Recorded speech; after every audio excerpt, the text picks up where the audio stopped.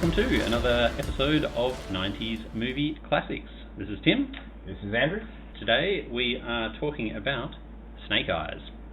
From 1998, I'll provide a brief summary of the movie. Essentially set at a boxing match in Atlantic City, quite an evocative venue. The basic story is around a assassination attempt of the Secretary of State, who is meeting with an informant to reveal whether or not a military defense system functions or not. And in this setting, we have a corrupt cop, played by Nick Cage, who is on sort of as an attendee at the fight, and his best friend, a straight-laced military commander, played by Gary Sinise, who pulls guard duty on the Secretary of State. Essentially, the assassination attempt goes ahead, and the Secretary of State is indeed killed, but the informant is not. She's lightly wounded, but not killed. And the story is about Nick Cage, the cop's unfolding investigation of this event. The key factor is that he realises in this investigation that A, it is a conspiracy rather than just an isolated terrorist killing, and B, the mastermind of the conspiracy is, ta-da, his best friend Gary Sinise. Spoiler alert. This then, the heart of the movie is about the moral dilemma of Nick Cage's character, about whether to take the money again and support his friend, or whether to expose the crime at risk and consequence to himself. Have I about covered it, Tim? Yeah, I think that's a pretty good summary. Look, it makes it sound a lot better than it actually was, but that probably gives it a clue of where my analysis is going. But yeah, that's a pretty accurate summary. Outstanding. Looking forward to a spicy discussion. Shall we begin then, Tim, with your overall thoughts on the movie? Look, we discussed in the last podcast that I remembered it being pretty bad, but I couldn't remember why it was bad. I remember now. I didn't think it was very good at all. It had some individual good moments, which we'll no doubt cover, but yeah, I thought it was not De Palma's best work, and definitely not Nick Cage's best work, and generally speaking, I thought it was pretty bad. I'm therefore very interested to hear on your reflections 20 years on from a movie that you thought was pretty awesome at the time. On an associated point, you might not be hearing from Tim further, because he'll be burning in the fire of hell. Fundamentally disagree. Wow. Thought it was excellent and thoroughly enjoyed it. I am absolutely fascinated as to how you came to that conclusion. So it's probably best that you start, because we normally start with the positives. I have very, very few. So please take it away. Outstanding.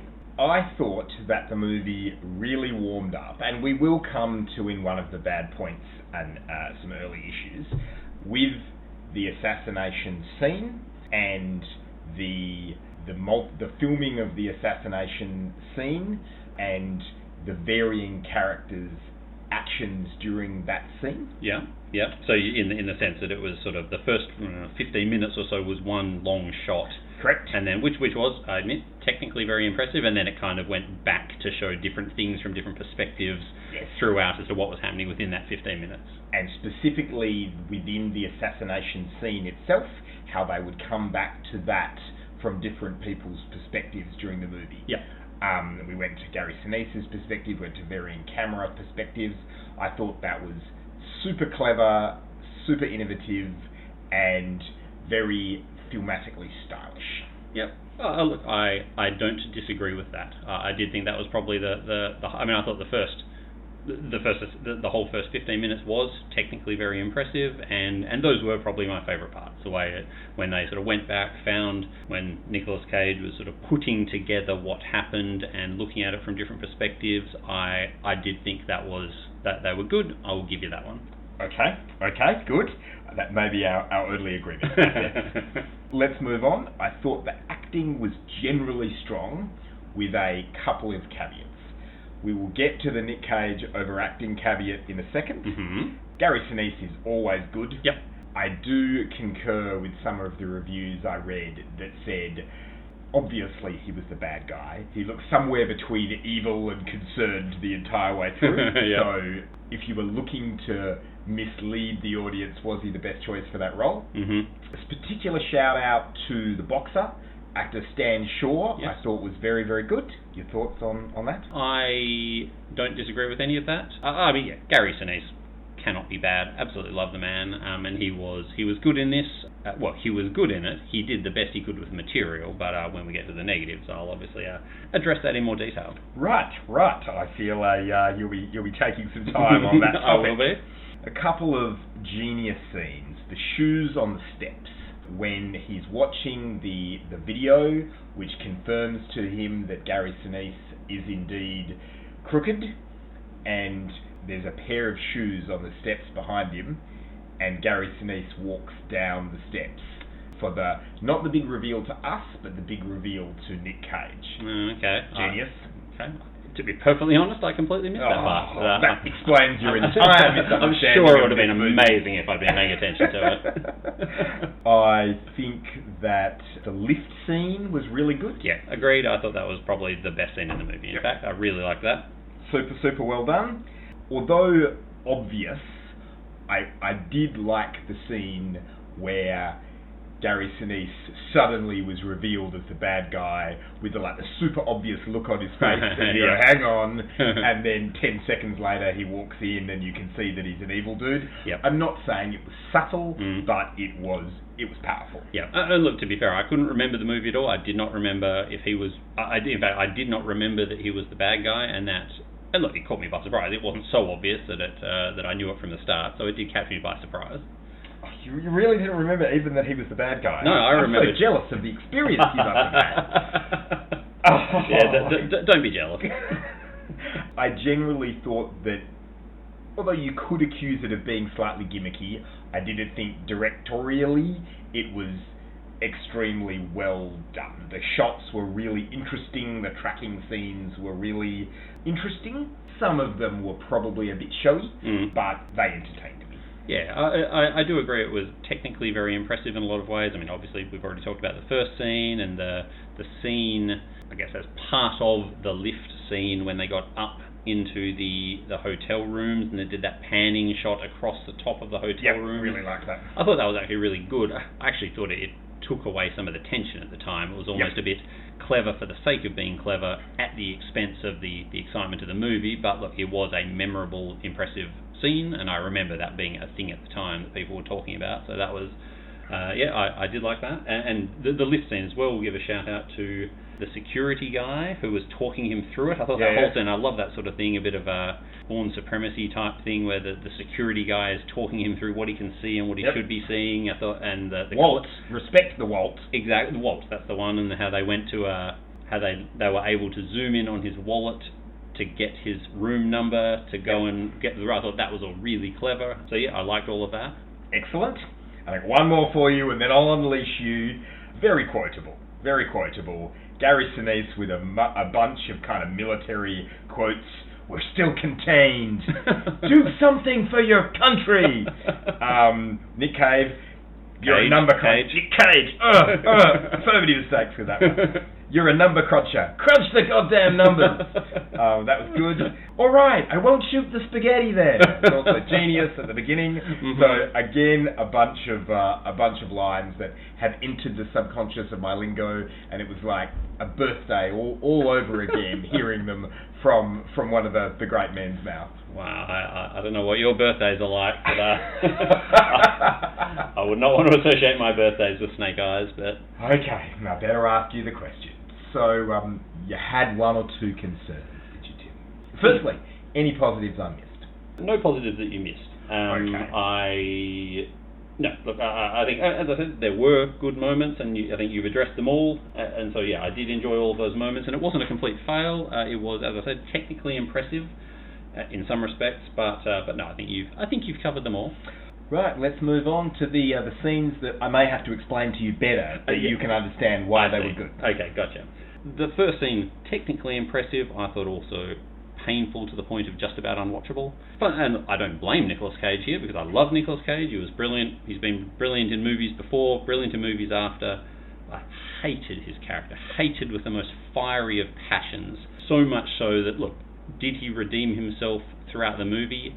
A little bit, but let's address some other issues later on. But I just hated the first 15 minutes to the point where if I wasn't making a podcast of the movie, I just about would have stopped watching it. I hated everything about it. And look, I mean, I guess I'm a nerd, the fact that he was not just... I can handle being over the top, but, I mean, he was corrupt. I get that was necessary for the movie, but that doesn't mean I could like him. I actively disliked him, and I remembered so little that I wasn't actually sure if he was the good guy or the bad guy.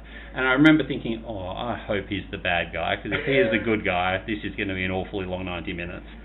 And it didn't get any better. I thought it got fractionally better.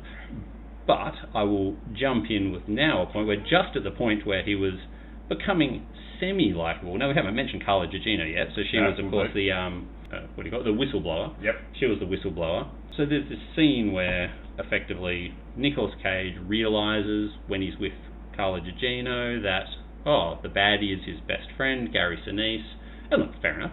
Cage was hesitant to accept it.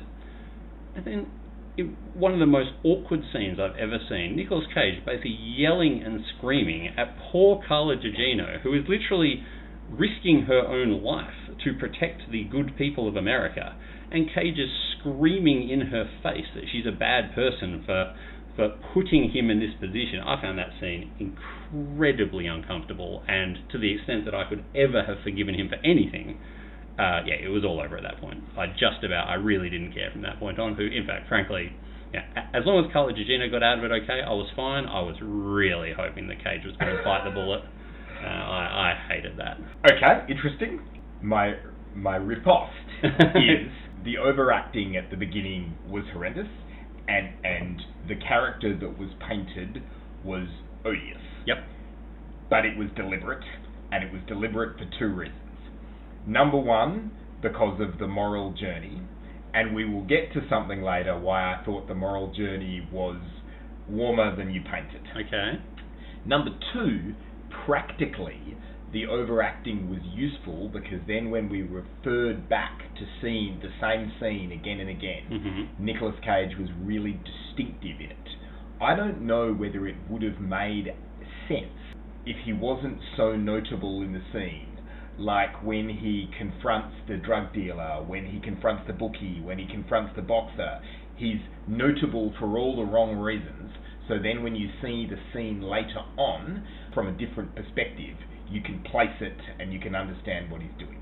So I practically thought it was a device. But I agree that the first 15 minutes was the weakest part of the movie, with one exception that I'll get to, because he was unpleasant.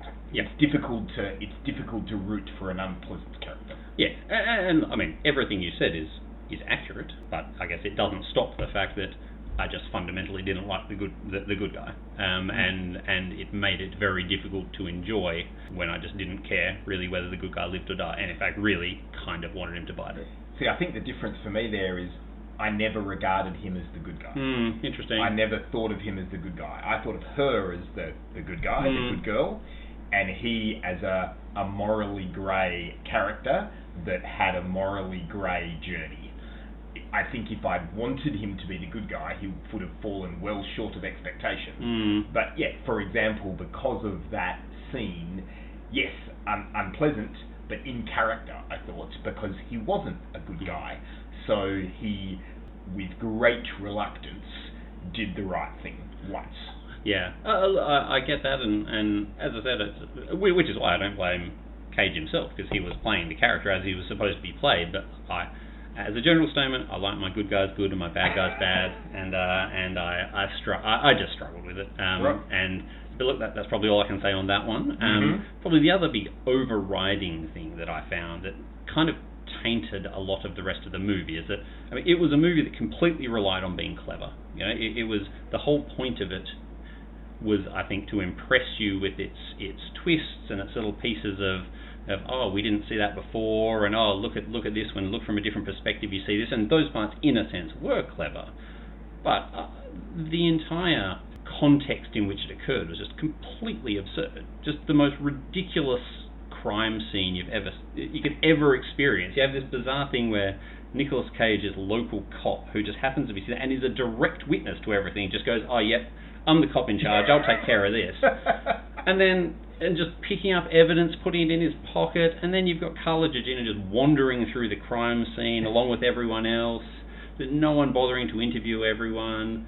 And so I just thought it felt so unrealistic to begin with that I struggled to really engage with the cleverness that sort of followed. Interesting that you say that and you don't mention what I thought was one of the weaker moments, which was the final dramatic scene. Not the post-script scene, but the scene basically where the weather vane knocks, then the police car skews off course. Oh, yeah.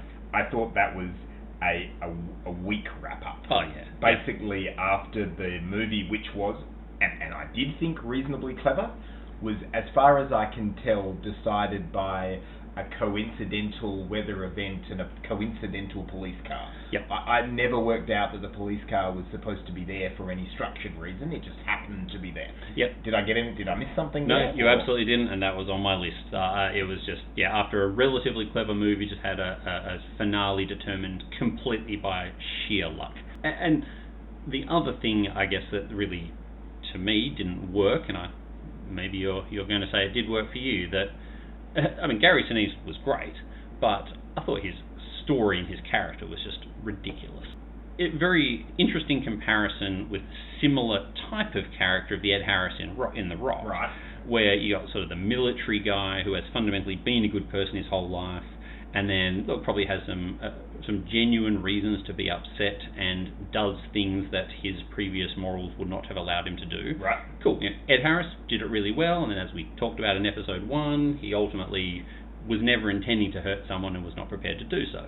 Gary Sinise, supposedly this, salt of the earth, brilliant commander, absolute American hero, goes, oh, I really want this defense system to work, so I'm just going to become a cold-blooded, psychopathic killer, and also blame my best friend for it. Not only am I going to murder a whole bunch of totally innocent people, but I'm going to put my best friend right in the middle of it, and almost look like he's enjoying doing it.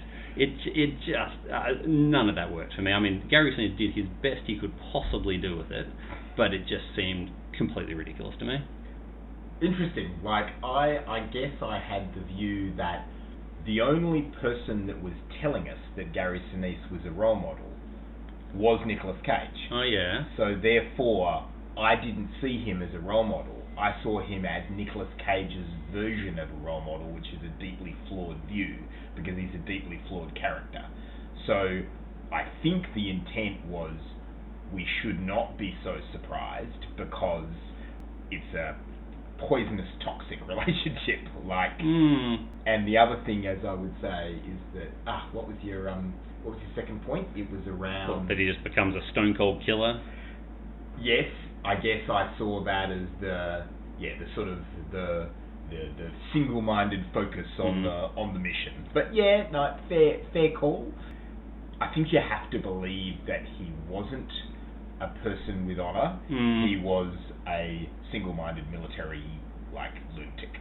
Well, yeah, I guess so, but maybe I was misreading the opening scenes, but I thought they made a great effort to make him seem like a really nice, good, honest family bloke.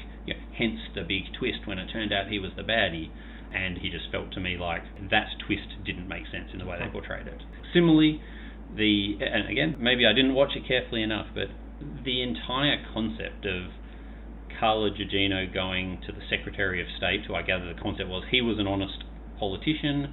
She said, hey, I've got this really important information. And instead of saying, hey, why don't you come down to my office? Or, let's meet at the local park. Let's meet at a really difficult location in public with lots of security people around in a way that you don't even have tickets to. So you're actually going to have to sneak into this event to somehow come and give something to me. That is the ultimate example of a scriptwriter who has gone, we're going to make a movie set in a boxing ring, and we are going to somehow just shove a whole bunch of stuff in to make that happen. There's no situation in which that made sense. Prove me wrong.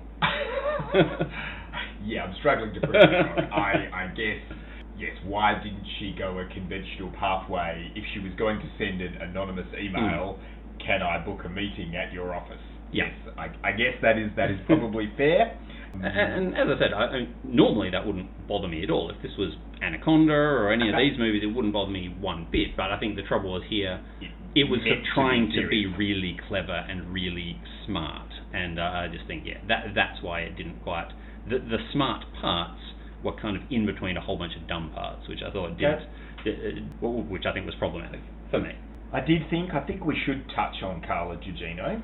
I would say that she's a case of she was very competent with what she had to do, but they didn't give her much to do. Yeah. And I would say that we talked about the beauty of the 90-minute movie, and this one delivered again with the 90-minute movie. Yep. I'm going to go out controversially and say this needed 5 more minutes. Wow. And it needed 5 minutes on the connection between Nick Cage and Carla Gugino. Not a romantic twist, but we needed more reason why he would go against his horrible character and do the right thing. And we got one scene of them together on the stairs, which, as you say, we saw his worst, and we didn't see. We saw her scared. I thought she emoted well, but I didn't see enough. And while I love the fact they didn't put a romance in it, I think that was one of the strong movies, or a single scene at the end. I was going to question you on that, because I thought it wasn't, as you say, the final scene seemed the most tacked-on romance. Like, oh, by the way, just don't worry, guys. Well, there's always a romance in the movie, just don't worry. Yeah, they'll have a romance. It's okay. It didn't dominate the movie. I'll agree with that. But I think they needed more of a connection between the two to explain the journey.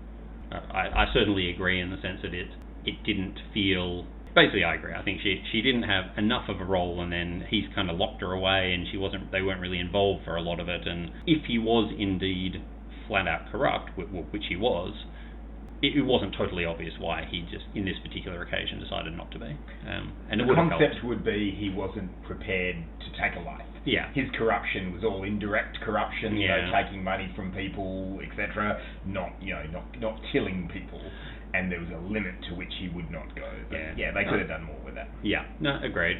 What did you think about the basic extreme explanation? And maybe this ties in with your it wasn't as clever as it thought. The fact that Gary Sinise basically explained everything in a 3-minute scene. It struck me a little bit as, Dr. Claw, Inspector Gadget, I will now explain everything that's gone wrong. It was bad. I didn't think so much for that reason, but more just I thought the explanation was ridiculous, given my aforementioned statements about the Gary Sinise character. I was watching it just going, wait, that's it? That's your reason for becoming a stone cold killer? But yes, you're right. The whole I've caught you, I'll now tell you absolutely everything. I forgot to add one positive though, which reminds me, because at one point I was rolling my eyes thinking, of course he didn't kill him, how ridiculous. But of course that was the whole trick of putting the homing device on him. Yep. So I did actually think that was something that I thought was going to be a massive negative, turned out to be a bit of a positive, so I'll give him that. I mean, I have some more positives. Okay, please go. I thought the boxing arena was quite evocative. I was in Madison Square Garden last year. This was not in Madison Square Garden, but very comparable kind of setup. Oh yeah. And with but there's an unbelievable amount of real estate in these stadiums outside the seats. Mm-hmm. So there is a million nooks and crannies and pathways and different routes to go to. You could super easily get lost if you weren't familiar with them. Yep. I thought that was quite I liked the setting. I liked the enclosed setting.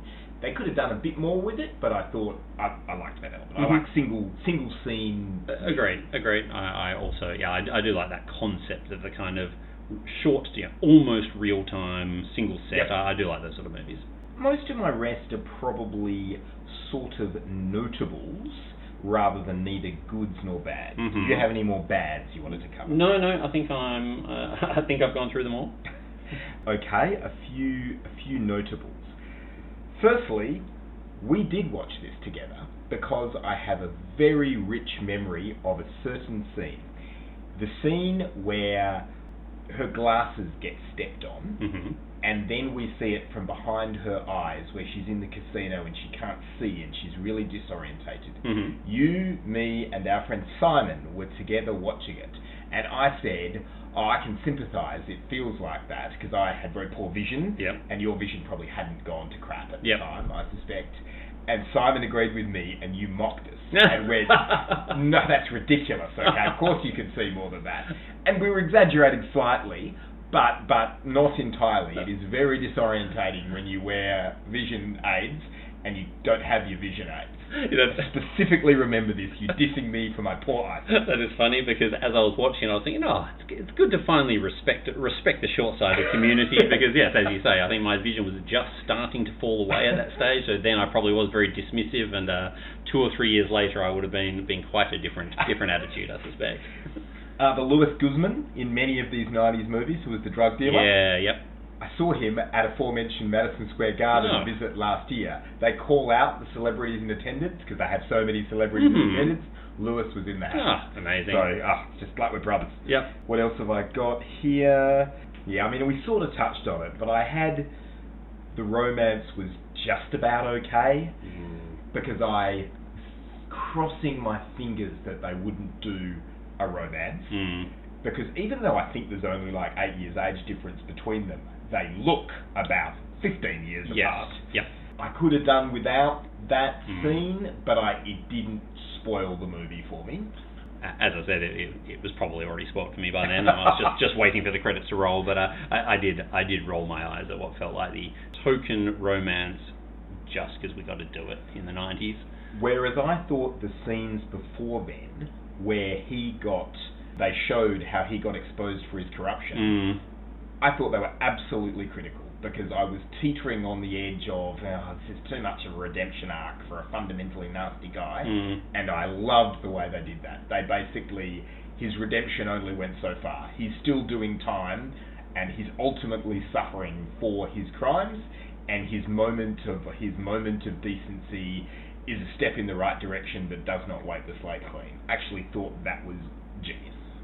Look, I wouldn't go that far, but I thought it was important. It did make me feel a bit better about the whole thing, but I guess that didn't fix the fact that I spent the previous 89 minutes disliking him actively.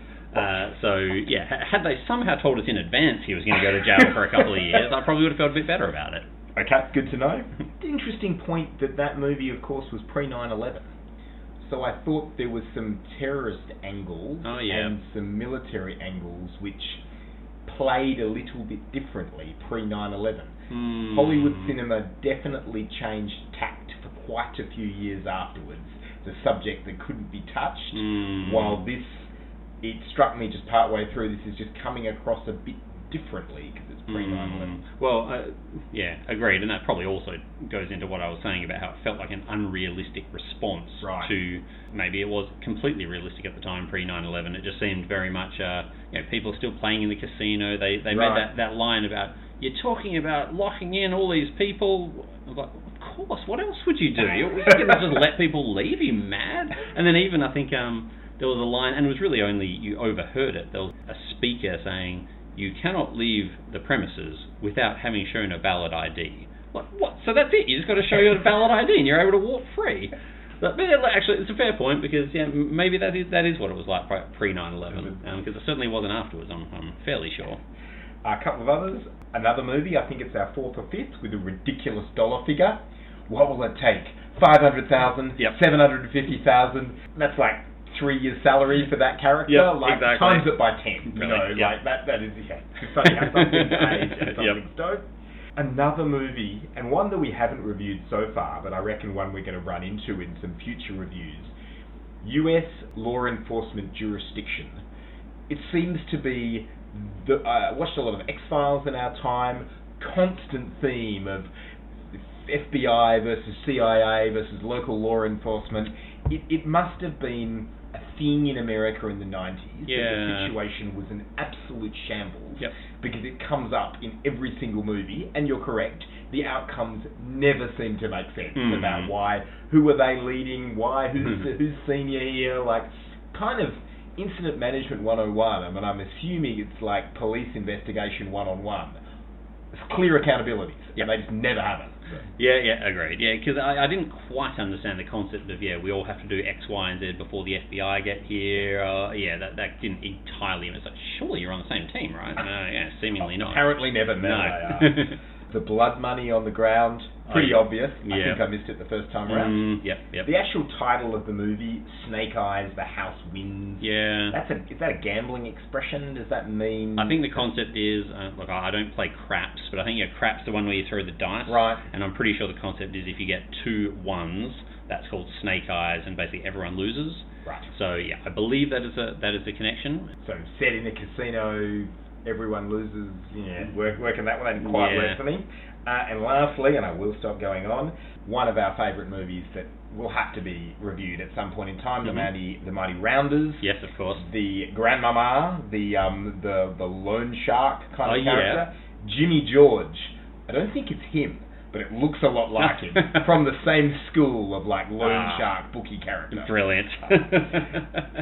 Okay, I can probably let it go at that point in time. Okay, so our normal questions. Could it be made today, and how would it look? Yes, it could be made today. Yep. There's no reason that... In fact, I wish they made more of those sort of movies, which is maybe a reason that I really like it, because I love that sort of movie. The true thriller, the evocative setup, the clever movie. Yep.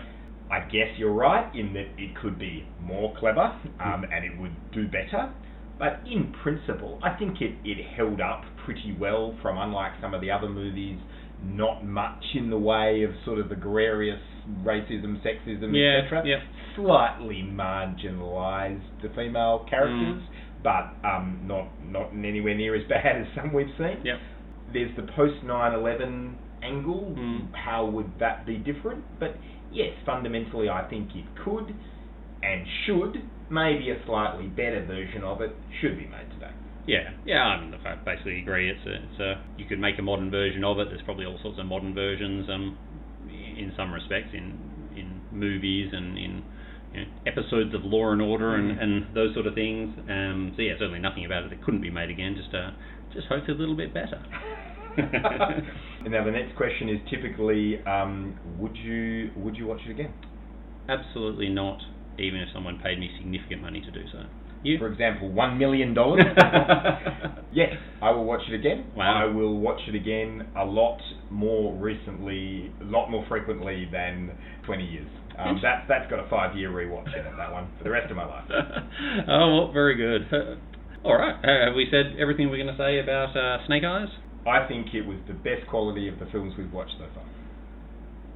I'm not even going to dignify that with a response. I'm going to move straight on to the next movie, which is, of course, my selection. Hit us with it. What is it, Tim? The selection is from 1999, and the movie is Lake Placid. Ah, interesting. So, basic premise, in fact, all I can remember about is giant crocodile kills people. Yep. That's about all I can remember. But slightly oddly, its biggest draw card, as best I can recall, or at least certainly for me personally, is the writer of all things. So not the director, but the writer, which was David E. Kelley, who at the time was just on an enormous high, because as of 1999, you had The Practice, Ally McBeal, and Chicago Hope all going strong, having had Picket Fences finish a few years earlier, and then, of course, a couple of years later, Boston Public started up. So David E. Kelley was the hottest thing in TV, and so it was quite a big deal that he'd made this movie, and in a sense a bit strange and surprising that he'd, rather than making a movie similar to all his sort of legal, medical dramas, he'd made a, basically, monster movie. I was personally very excited about this because I worshipped David E. Kelley and all of those shows that I've just mentioned. And look, it's got a good cast. It's got Bridget Fonda, Bill Pullman, Oliver Platt, Brendan Gleeson and Betty White. I don't remember much of the movie itself, other than to say that it was quite disappointing. But having said that, I went in with incredibly high expectations, and look, much like The Mighty Anaconda, it's had a series of D-grade sequels, the Lake Placid 2, Lake Placid 3, and of course, the crossover we were all waiting for, Lake Placid versus Anaconda. Oh, gee. So yes, whilst I remember being a bit disappointed by it at the time, I went in with very high expectations, and I'm hoping that it actually was a bit better than I remembered. Now, I can't remember your views, or indeed if you saw it. I suspect we saw it together. It was the sort of movie we probably would have, but I actually don't remember. I don't specifically recall seeing it with you, but I definitely saw it. And interestingly, my view was a bit similar in that I was not such a David E. Kelly fan. I watched a bit of Ally McBeal, but not too much. But that was significantly hyped up about it, that it was, a monster movie, and there was lots of monster movies out at the time, but this one was going to be really clever because it was written by David E. Kelly. Yep. And I remember it being, disappointing. Like, not particularly clever, not particularly funny, and as a result of having a bit of a dip at trying to be serious, much less gory and fun and cool and quotable. So I remember just walking out and just going, no, it wasn't bad, it was just underwhelming. Versus some, undiscovered masterpieces like Anaconda that were panned and didn't deserve to be. Yeah. I have a vague memory that Oliver Platt annoyed me. I think he used to annoy me from time to time. Oh, interesting. Okay. But interesting side note, I actually have a soft spot for Lake Placid 3, which I own on DVD and have watched a couple of times, and is all that Lake Placid should have been, in that it is just about crocodiles chewing people. Brilliant. That's all it's about. Yep. So it's a strong choice though, because I'm genuinely curious to go back and watch it. Maybe the humour is a bit nuanced. Maybe it was a victim of its time. I'm not sure. Yeah. Okay. Well, yeah. Same. I'm very interested to see. When you look at it on paper, it's hard to imagine how it was not good. I remember it not being that good, but yeah, maybe it'll prove us both wrong. Outstanding. Bring it on. Until next time.